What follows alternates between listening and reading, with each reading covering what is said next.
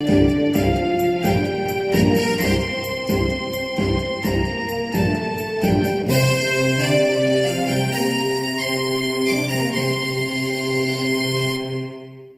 morning, I'm Harriet Agbinyi. This is Business Morning Live on Channels Television, your home for the news. Quite a lot to keep our eye on this week as the month of November wraps up. What is arguably one of the biggest stories this week is the meeting of the Organization of Petroleum Exporting Countries on Wednesday in Vienna, where members will try to finalize the terms of its first production decrease in 8 years. And Bloomberg US dollar index was down 0.54% early today, and the greenback negative by 1% against the Japanese yen, as concerns rise that the Organization of Petroleum Exporting Countries will reach no deal on output cut among member states this Wednesday.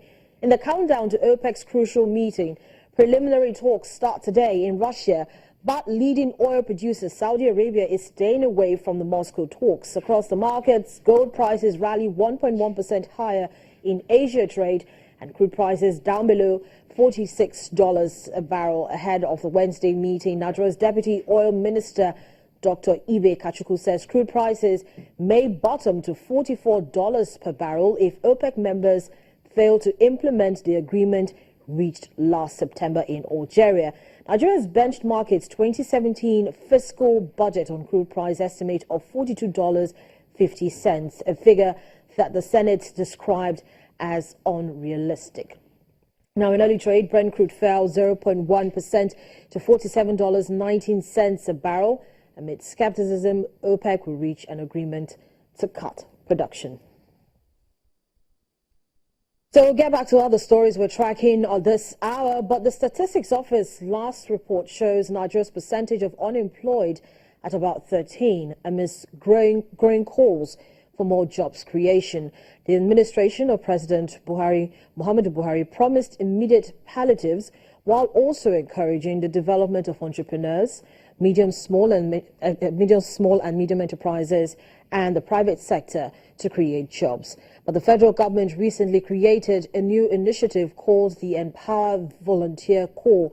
Laolu Akonde is a senior special advisor on media and publicity at the Office of the Vice President. He joins me live from Abuja to speak to this. Good morning.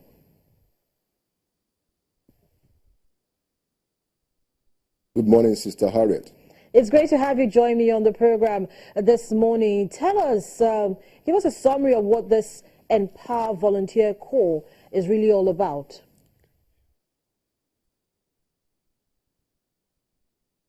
Well, the Empower Volunteer Corps is an attempt by the President Muhammadu Buhari's administration to engage, quite a number of our unemployed graduates, trying to put them to some form of contribution in their communities while waiting for permanent jobs. And we felt that it might be useful to engage them in the area of teaching, to engage them in the area of agricultural extension services, and also in the area of healthcare delivery.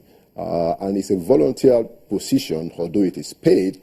But like I said, the idea is to engage the young people who are currently unemployed, prepare them for long-term permanent jobs, or even empower them sufficiently to be able to start their own businesses. But essentially, it's a stopgap intervention while the private sector, working with the government, tries to create more permanent jobs in the economy.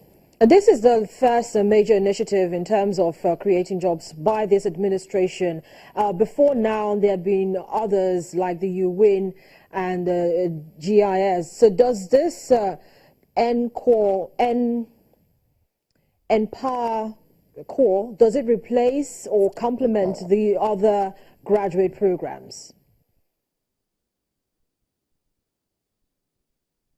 Well, it does complement. The important thing is that the administration is concerned with how to engage the teeming number of unemployed Nigerian youth, especially those who are graduates. So whatever is going on before that is effective will continue.